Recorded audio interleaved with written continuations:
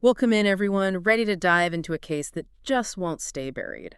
The Zodiac Killer. Oh, absolutely. A case that still has that power decades later to fascinate us and I think really to chill us to the bone. We're going deep today with excerpts from Wikipedia and biography.com, really trying to give you, think of it as Zodiac A 101. crash course in terror. Exactly. But beyond just the facts, we really want to explore why this case still resonates so strongly. Why does Mm. it still capture our imaginations? Because it's not just about the murders, is it? It's the mystery, the taunting, this unsettling feeling that he, the Zodiac, was always one step ahead. It's a story that, well, it feels unfinished. Okay, so late 1968, Northern California. That's when the Zodiac's terror really begins to grip the Bay Area. 5 confirmed deaths, 2 survivors, all attacked in such a compressed time frame. It's a lot to process. And those first murders, the ones on Lake Herman Road, they really set the stage, for this nightmare that's about to unfold. It's just so unsettling to think about a young couple parked on a lover's lane, just like so many others before them, and then suddenly their lives are just gone. Brutally cut short. Mm. It was a horrifying start to what became the Zodiac's reign of terror. David Faraday and Betty Lou Jensen. And it's that randomness, right? I mean, besides young couples, he also goes after a lone cab driver, Paul Stein, just on a busy city street. It's like no one knew where he might strike next. It's true, that chilling randomness is one thing if there's a clear motive or victim profile. But with the Zodiac, there was this sense that anyone could be a target. It amplified the fear, the uncertainty in a way that's hard to describe. Like he wanted to hold an entire community hostage to his whims. And that brings us to, I think, one of the most chilling attacks of all, Lake Berryessa. Oh, absolutely. Just the brazenness of it. Broad daylight, a public place, and the Zodiac just walks up to this couple, Brian Hartnell and Cecilia Shepard, dressed in that chilling costume. That costume is seared into our collective memory, isn't it?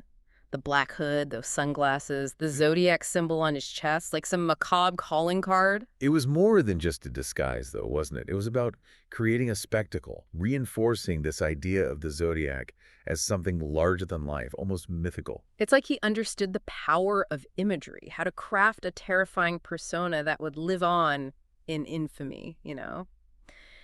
And speaking of which, can we talk about those letters? This is where things get really interesting. Because it's not just about murder anymore, right? It's about manipulating the media, toying with the public, crafting his own twisted narrative. Exactly.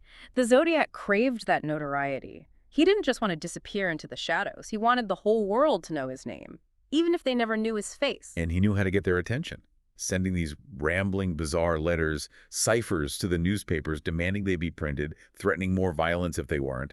He knew exactly what he was doing. And he always signed off with that chilling phrase, "This is the Zodiac speaking," often with that crosshair symbol. It's like he was branding his crimes, turning himself into a household name. It's a chilling thought. But you're right, it was all so deliberate, so calculated. He was a master manipulator, using fear and fascination to keep everyone on edge. And that need for control, it extended to those ciphers too, didn't it? This idea that he could create a code so complex it would stump the best minds in the world. Absolutely. It was another way for him to exert his power, to prove his intelligence. Oh, Of the 4 ciphers he sent for decades, only 1 had been solved. And even then, it was this rambling, misspelled message that didn't really offer any real clues to his identity. It was like he was toying with investigators. giving them just enough to fuel their obsession, but never enough to actually catch him. And then just a couple of years ago, a team of code breakers finally cracked a second cipher. Did that lead to anything? Did we finally get some answers? Sadly, no. It was more of the same, really bizarre ramblings, this time about wanting slaves in the afterlife. It just reinforced the idea of a deeply disturbed mind, but no name, no location, no smoking gun. So were these ciphers just elaborate distractions? Or could those remaining unsolved ones actually hold the key to cracking this case wide open? That is the million-dollar question, isn't it? Some experts believe there might be a hidden message in there, a clue that could lead us straight to him. Others think it was all part of his game, a way to feel superior, in control. And it's impossible to ignore all those unsolved murders that have been linked to the Zodiac over the years. How do you even begin to separate fact from fiction in those cases? It's incredibly difficult. Officially, he's linked to 5 deaths, 2 survivors, all in the Bay Area. But over the years, many other murders, some before the confirmed Zodiac killings, some after, have been looked at as possible connections. Cases like the murder of Cherry Joe Bates down in Riverside, California, that one always gets to me. The brutality, the seemingly random victim, the cryptic note left at the scene. It's easy to see why some people connect it to the Zodiac. Oh, for sure. And then their messages, both the Zodiac and the killer in the Bates case, use ciphers, seem to taunt the police. But despite the similarities, the evidence just isn't there to definitively link them, at least not yet. So while the similarities are chilling, proving a direct link in a case this old, it's a massive uphill battle. Evidence degrades, memories fade, witnesses pass away. It's a race against time. Speaking of piecing things together, let's talk about the suspects. This case has captivated armchair detectives for decades, and everyone seems to have their own theory. It's a case that invites speculation, doesn't it? The lack of a definitive answer allows these theories to flourish. But amidst all the speculation, one name stands out: Arthur Lee Allen. A former teacher, a convicted sex offender, he became the primary suspect for investigators. Was he the Zodiac, or was he just another victim of circumstance caught in the web of this investigation? Well, there was compelling circumstantial evidence against him. You have eyewitness identifications, potential handwriting matches, and even a watch with the Zodiac symbol on it. But was it enough? It seemed like they had some solid leads, connections, but it wasn't enough to close the case. As intriguing as the circumstantial evidence was, it just wasn't enough to definitively link him to those crimes. Plus, there's the whole issue of DNA evidence, or rather, the lack of it. Right, because DNA analysis was still so new back then. It was really just starting to emerge as a forensic tool. What was it like trying to apply this brand new technology to a case that was already decades old? It was a game changer. Talk about a challenge. DNA testing in the early 90s, it wasn't nearly as advanced as it is now, right? I mean, samples degrade over time, there's the risk of contamination, and the databases used for comparison, they were much smaller back then. So while they were able to rule Allen out through DNA, it didn't exactly lead them to a new suspect. It makes you wonder, though, with all the advances we've seen in DNA technology, especially in recent years, could there be a breakthrough just waiting to happen with the Zodiac case? I'd like to think so. Forensic science is always evolving. You've got things like familial DNA searching, genetic genealogy techniques that were unimaginable back then, and they've been instrumental in cracking open some really tough cold cases.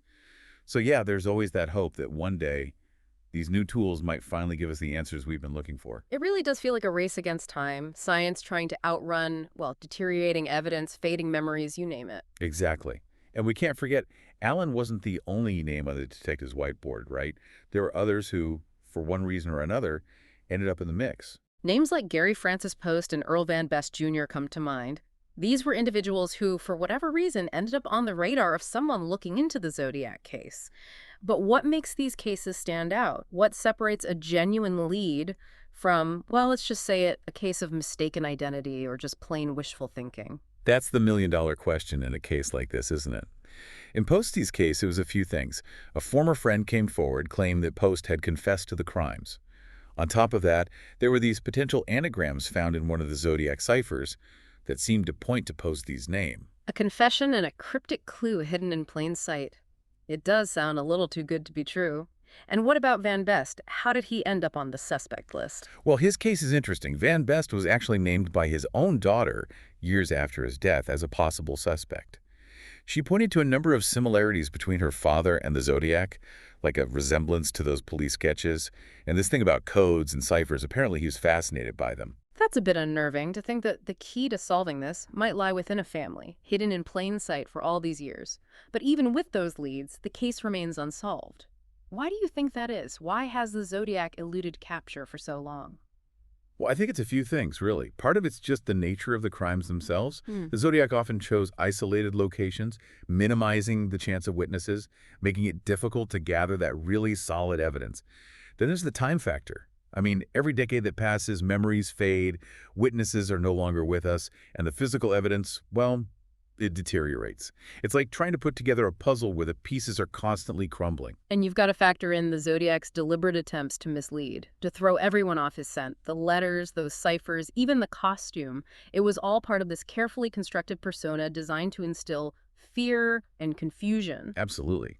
It's like he wasn't content just evading capture. He wanted to control the entire narrative, keep everyone guessing. It's almost like he understood the power of an unsolved mystery, how it could captivate people, haunt them for decades to come. And he was right, wasn't he?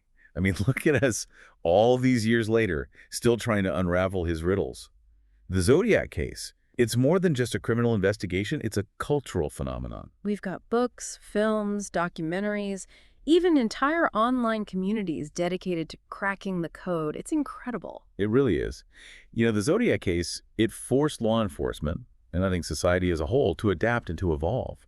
It highlighted the importance of things like forensic science, especially DNA technology, in solving crimes. And I think it showed the limitations of those more traditional investigative techniques, especially when you're dealing with someone as cunning and media savvy as the Zodiac. It's like he wrote a playbook on how to manipulate the public's thirst for answers.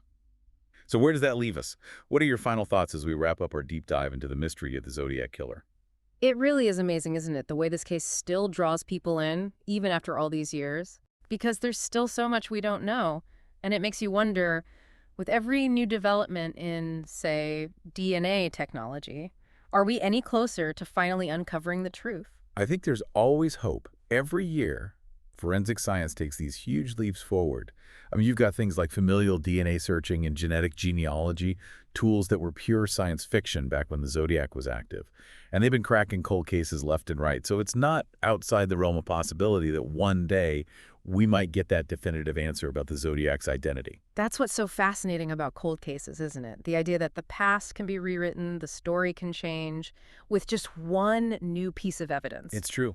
And it speaks to that very human need for closure, for answers, even when decades have passed. Absolutely.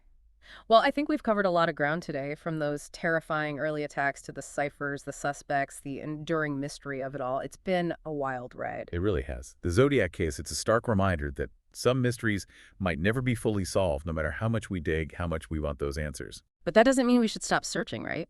Because that pursuit of truth, that relentless desire to understand even the darkest corners of human nature, it's essential. It's part of who we are. I completely agree. And I think in the Zodiac case, we see how, even in the face of the unknown, even when confronted with these horrific acts, that pursuit of understanding, it can lead us to a deeper understanding of ourselves and the world around us. Well said. The Zodiac case, it remains an unsolved mystery, but its impact, the way it continues to fascinate and, let's be honest, terrify us, it forces us to confront these big questions about identity, justice, and the dark side of human nature. It makes you think, doesn't it, about the things we leave behind, the marks we make on the world, whether intentional or not. The Zodiac may have wanted to be remembered, to become this mythical figure, and in a way, he succeeded, even if it's not on his own terms. That's a chilling thought, isn't it? To have this kind of impact on the world long after you're gone. And it serves as a reminder that even in the face of fear and uncertainty, the human spirit, our need to seek answers to make sense of the chaos, well, it endures. And that's the enduring legacy of the Zodiac. A chilling reminder that some questions linger, some mysteries might never be fully solved, and yet the pursuit of those answers, the attempt to make sense of it all, well, that's a story that continues to unfold even today. Thanks for joining us on this deep dive. It's been, well, let's just say unforgettable.